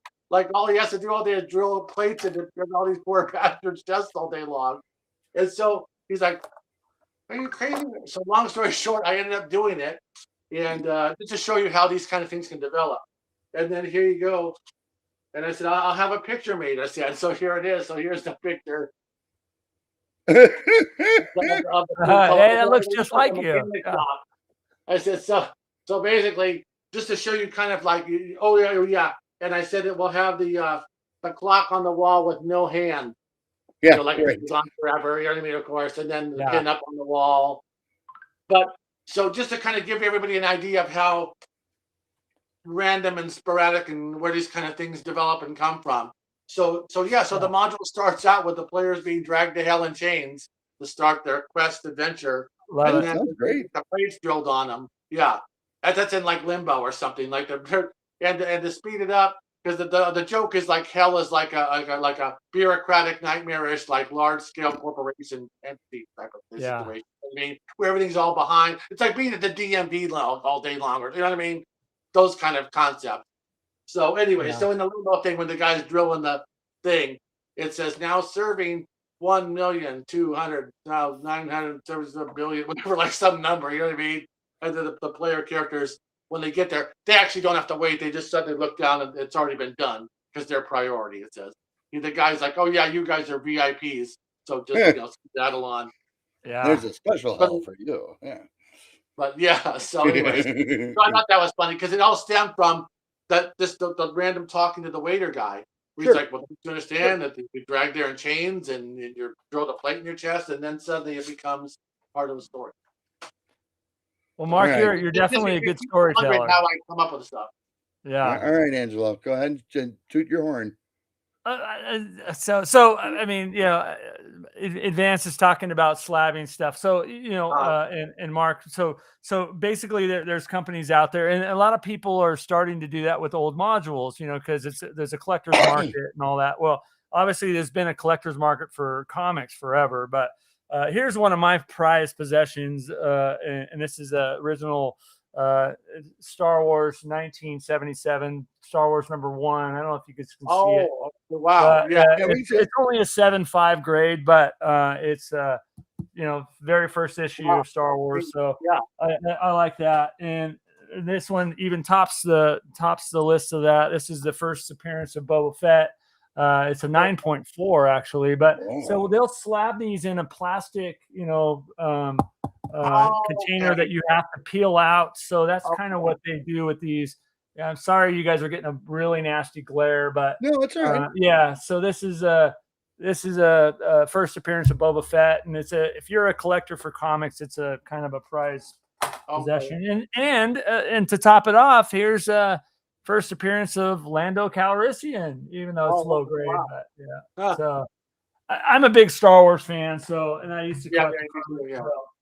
So you just I think that's what he was talking about when he was talking about slabbing. Yeah, you just had to bring up Star Wars into gaming again. Okay. Yeah. I should probably do that. Yeah. Well, I mean, bag and boarding's fine too. I mean, I'm sure for if you're, I just write them and put them on the shelf.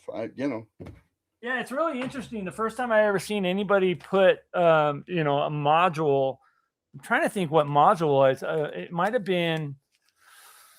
God, I don't know. I saw it just recently, and I'm like, "Why are you guys putting? Don't you want to open it and play it? You know what I mean?" Like, maybe they got a copy of the one that was the one that they pulled back in the old days. Remember the Palace of the Silver Princess? The yeah, that could have been it. Call it. Maybe that now being one of those.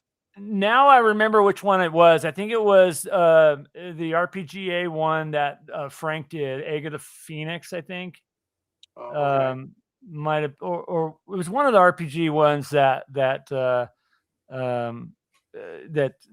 they slabbed. It was that, which is the one that from Frank that goes for quite a bit of money. Is it Egg of the Phoenix, or is it one of the RPGA ones from back in the days? You don't remember? Don't know. Maybe somebody that's watching. You know me, I don't collect. I mean, it's a collector thing, but yeah. I find stuff in my office every day that collectors go, "Oh God, how'd you get that?" I help write it.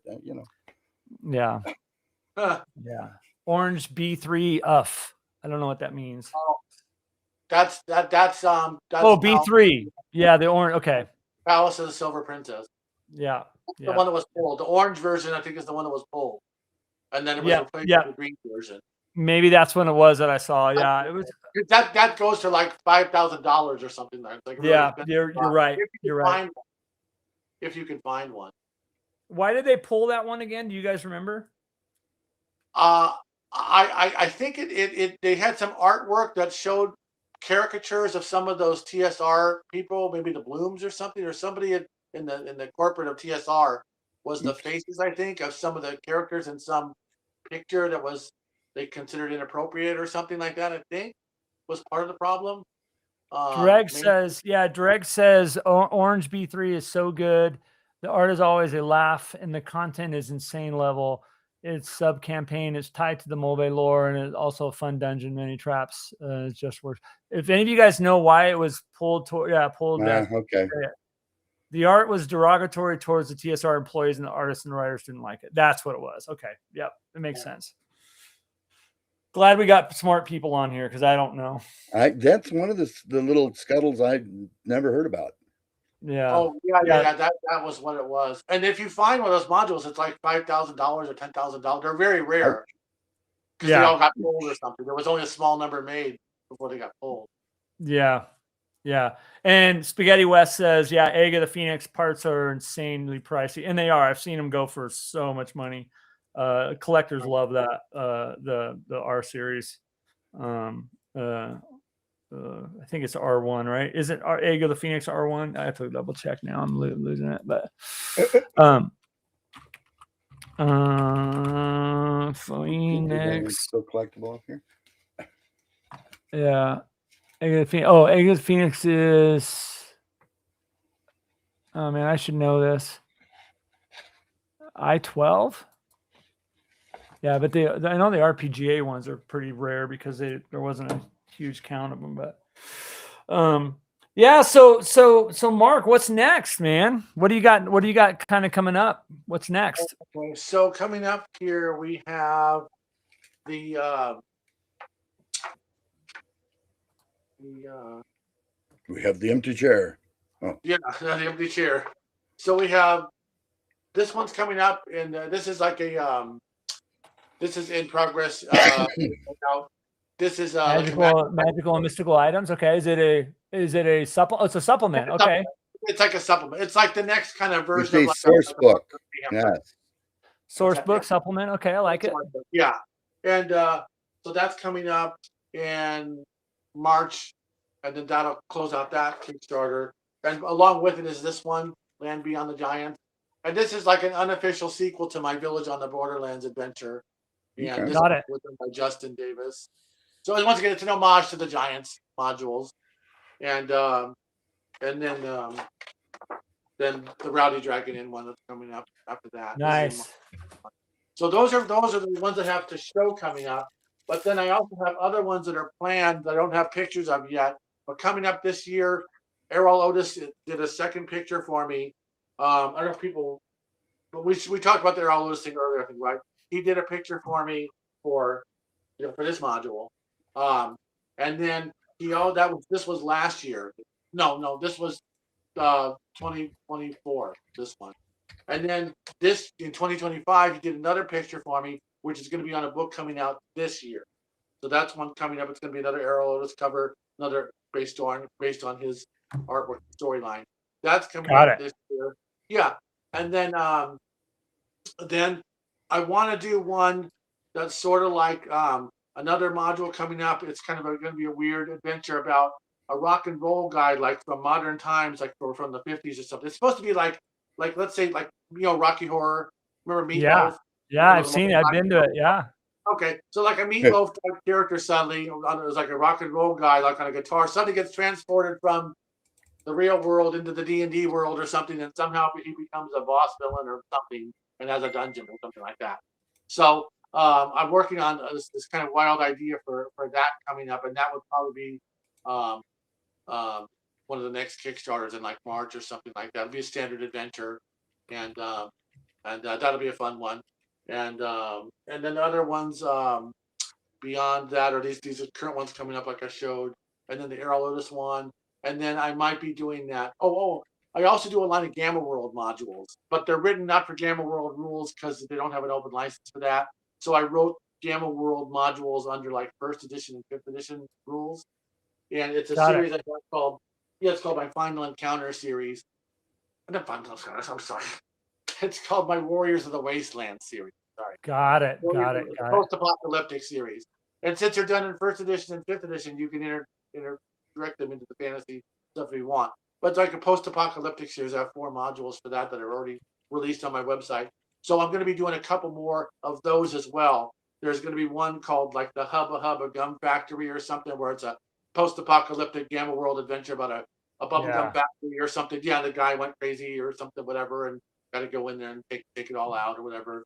And then another one for Gamma World where it'll be about a diner, where it's sort of like a like Stephen King's what's the thing with the trucks, Maximum Overdrive. Oh yeah, okay, yeah. Okay, so something like that. It's something about diner and race cars or something going on with that. So I'm working on releasing something like that too this year. And then what else? So yeah, basically. Oh, and the thing is, the reality is, my favorite thing is fantasy, which is most everybody's favorite. Yeah, post-apocalyptic stuff, my second favorite thing, but it just doesn't do as well. But I don't care. I want to still make them anyways because I like the Everworld post-apocalyptic. So I keep doing my best to crank out a few of them every year because they don't make as much money, but I still want to make them because I like doing them. So so those will be coming up. And I used to like to play Top Secret once in a while when we were teenagers. So I always want to do a Top Secret thing. So I have in the back of my head, and I do have artwork done by Justin for it, a new product line, like a Top Secret style product line, but it wouldn't be called Top Secret. It's going to be called something like what was it? Mission Classified. So my Mission Classified #1, the blah blah blah, the blah blah, whatever. Yeah. Surfing and cosmonauts or something like. What the hell does that mean? And there'd be something. Anyways, so and there'll be more like the Final Encounters books where they'll be real short, like 16 pages or 50 pages, because not many people play Top Secret. In fact, That one I'm probably going to lose money on, but once again, I don't care. I can crank out one of those maybe once a year, because I want to do them. I used to like them top secret. But anyways, so those you're are a busy man. Yeah, because the thing is, because a lot of people, they want to write modules, and I implore everyone to do that. If you want to write a module, write the module and do it. The best thing to do is do it and then try to do a Kickstarter, raise money, and then if it's successful, then you can try to do another one.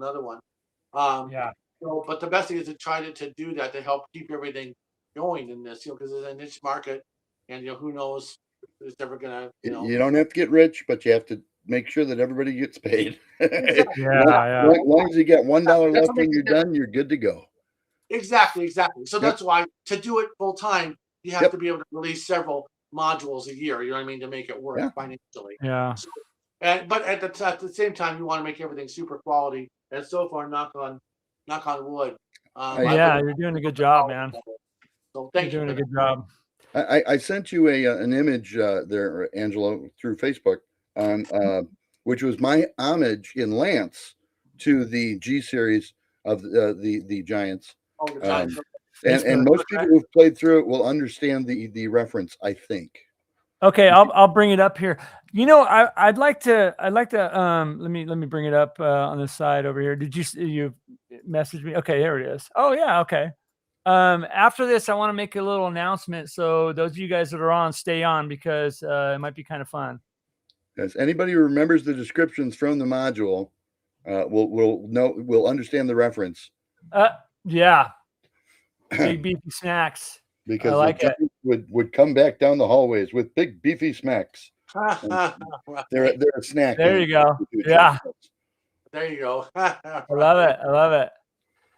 Hey, I wanted to try something interesting here.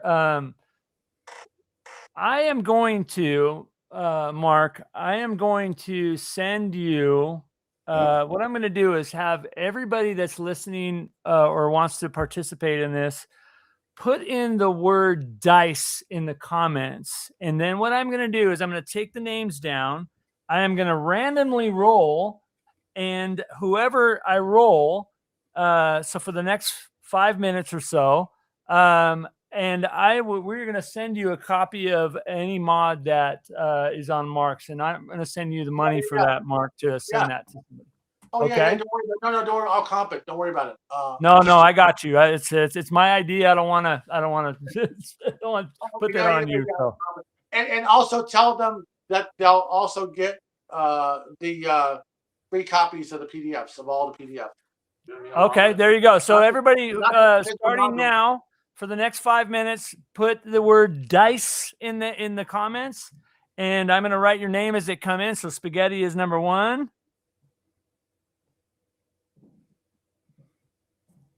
And Advanced is number 2. Steven is number 3. Okay, I'm going to do it for another 1 minute, guys. Drag is number 4. Yeah, Mark, Steven is actually working on an adventure for my inner city role-playing system. Blair, number 5. Which is for Blackula. So he's doing a vampire one now, too. It's a total Blackula? Yeah, it's a total how do I want to put this? It's not a serious game, Inner City. Oh, sure. All right, we got 1 more minute, guys. Whoever's listening, put in the word dice, and you'll be eligible for this drawing. Well, actually, I'm going to roll a die. He is. I've seen him do it. Yeah, he's capable. I'm capable. Don't use the one you make us roll for that always comes up fumbles. Yeah. Okay, I'm going to close it. So I got 5 people on this. I'm going to roll a D6. And if it comes up 6, and 6 obviously won't count. All right. Oh. Roll low like a skill in AD&D. I like it. All right. Well, if I roll a 1, okay, here we go. Okay, I rolled a 4. There's a 4 there. 4. So who's number 4? 4. Who's number? Dreg, you're number 4. Dreg, I think you have my info. Otherwise, send an email to the DM and friends at gmail.com. I'll put it in the note in there. Send me an email and pick out one of the modules, and we'll send it over to you. Okay. Yeah, they can see them all on my website. They can see on the home Yeah. page. Yeah. The website is darkwizardgames.com. Dark Wizard Games. And so far on there, there's as far as notable D&D artists, there's one with the Arrow Lotus one, and then there's 3 of them with Jeff B's artwork on. So Vampire Queen, Pirates of Serpent Den, and what's the other one? Yeah. Well, you guys, I think this is a good spot to close it up. Well, we can keep talking, just not to these people. I mean, you know. We're not live. Oh, okay. Yeah. Yeah. Mark, thanks for coming on, dude. Is it time to bring in the dancing girls? We're supposed to say that, right? Yeah, we could. We'll have to stop the stream now. Right. Yeah. Probably stop Mark, some traffic. yeah, Mark, so good to have you on here. I'd love to have you back, man. You know, we'll keep in touch. Thank you. Yeah, I'd love to come back. Thank you so much, and thank you for We're gonna have to do some kind of a live presentation at EggCon. There you go. Off the cuff adventure with come in and dine with DM Angelo and his 2 buddies. Yeah. Are you gonna run any games at EggCon? I'll think about it. I haven't run a game in a while. I know that sounds strange because I write the modules or something. But the way I see this, even though I don't get to play or run games, it's often my thing that I need to do is to make this stuff for everyone else to play. If I'm not able to play myself, for everyone else to enjoy and playing them. But yes, I definitely like to run one at some point. I have to figure out which one to run because it's hard to run it. You have to condense it, I guess. I've never done it at a convention, so I guess you have to really kind of condense it, right? To make run the best one. And the answer, when somebody asks you, what's the best thing you've ever written, Mark? What's the right answer every time? I would say, it's hard to say because it's hard to. No. You always tell them the next thing I'm going to finish. There you go. The next thing, the next one that's coming out. Yeah, definitely. But as far as if it was, I liked this one and a couple of the Pirates one was fun. They're all were fun. Yeah. But they all get mixed reviews depending on do people like them or not. Some people like them, some people may not like them, but most people like them. Otherwise, I wouldn't be here. You know what I mean? They would be generating money. So, because what's interesting is all my old books even generate money. I'm running out of even Vampire Queen. I'll run out and have to get a reprint. Yeah. You know what I mean? That's on version 6 now as far as updates to it. That one had a whole overhaul of the blue map. Like the first version is a very primitive blue map, but a year ago I updated the blue map and gave it the full treatment. So now version 6 or whatever is the current version has the full.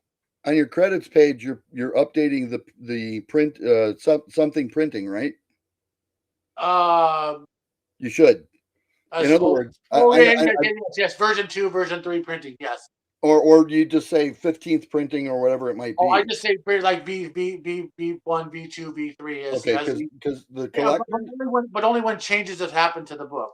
Okay, well, when the collectors are buying them up, I'm telling you, they appreciate when it's the 14th printing. There was no difference between this and the 13th, but the 13th were older, and right, because the versions are different than the count of printing. You know what I mean? For me, in other words, there might be several versions of printing that I did with version 1 or 2, you know what I mean? And then I updated something and did print and then updated. So like the very first version of this, the very first one, it does not say Dark Wizard Games because I hadn't thought of that name yet. I went out under the name of Freak Show Games, which is a weird name. I didn't like it. But the very first versions of Vampire Queen out there have a weird logo that's different than the one I'm now with the current name. But anyways. All right. Well, let's wrap this up. I did want to give a shout out to Greyhawk Ragnar just jumped on, my buddy Joe Block. I did pimp out your Adventures Dark and Deep earlier when we had kind of in the middle of the show. Just wanted to let you guys know. Go on to his site and check out his Kickstarter for Adventures Dark and Deep, Book of Fell Wisdom. Definitely take a look at that. And for Mark here, this is a link to his latest Kickstarter that wrapped up. And Parlor of Lace and Leather and Lace Kickstarter. You can still go on there and pledge, and that'll lead you to some of his other cool. Man, Mark, you got some cool stuff, dude. Like I really appreciate you coming on here and sharing. Don't choke over there on that. Yeah, don't choke over there. Yeah, we need you, man. Thanks. No, I appreciate you having me on, and it was great talking with both of you and all the folks. And that because so far, as long as we keep going at what we're doing, as far as the people that like what I'm doing, we're golden. We just got to keep it up. In other words, if you like my books, buy them, and then if you don't like it, then don't buy them. But if you like them, buy them, and and we can further on make more. So that's awesome. I've got like 15 titles on the list, and that just keeps growing. Yeah. And Dreg, don't forget, reach out to me on that email address, or I think you're on my Discord server too. If you can, make sure you get me all your contact information, and we'll send you what we're gonna send you with the from winning that little contest that we put up. That was kind of cool. I'll probably start doing that every show, but sure. And then when you get his email address, I'll email you the full list of links you can email him to download. Yeah, maybe I can just hook you guys up. So if you want to do that, yeah, that'd be awesome. Yeah. Yeah, you guys. So thanks so much for joining. We're going to be doing a Monday night and a Thursday night live stream videos that the channel's putting out. I just released one today, and a new series called Player Tools with a collaboration with Eric Tenkar from Tenkar's Tavern. I got another video coming out this week from my How to Be a Better Dungeon Master series. And I just actually recorded and will be releasing this week my first Greyhawk video. It kind of talks about how you can use hedge knights in Greyhawk. So just kind of throwing that out there. And a couple other cool things, series that I'm starting, where I'm going through and deep diving on all the NPC classes in Dragon Magazine, which has been fun. I just did one on the Bandit. And then the next one's the Bounty Hunter, which I really, as a youngster, I remember growing up with those and thinking, well, these are, Roger E. Moore made this for NPCs, but why does it have to be an NPC? Maybe my players can play this class too, So are you gonna do one on Smokey too? Smokey and the Bandit? Yeah, we could do that. Yeah. But so those videos are coming out. So a lot of content coming from here. So you guys, thank you so much for all the support and all the fun. We do have a final comment from Spaghetti West. Also, when is Castle Wolfmoon coming out? I can 5th. answer that because I know the answer to that. Is the Kickstarter April 5th is when the April Kickstarter 5th, the Kickstarter will be coming out. You will hear us talk about it weekly here. And I am working on this thing about 8 hours a day, let me tell you. Yeah. So. Yeah, hats off to you, Chris, for coming on and just taking some time to say Yomi. It's all right. Babble with us. Oh, no. Yeah. But yeah, hey Mark. Thanks so much, dude. And we'll see you in Lake Geneva, if not sooner, my friend. Yeah. I'll be there this year. Yeah, all three of us will be at AidCon. I'm looking forward to hanging out. I'm looking forward to getting my copies signed by you. Yeah, definitely. So, all right, you guys. Thanks so much. We'll see you guys Thursday night with the editor and founder of Fight On from Ignatius, right? Ignatius Umlaut. Yes. Yes. I always feel like I'm going to mess up names, and I'm horrible at it. Yeah. Say my name. No, I'm kidding. Yeah. Say my name. Anyways, you guys, thanks so much. We'll talk to you guys next time. Take care, everybody, and game on. All right. Bye-bye.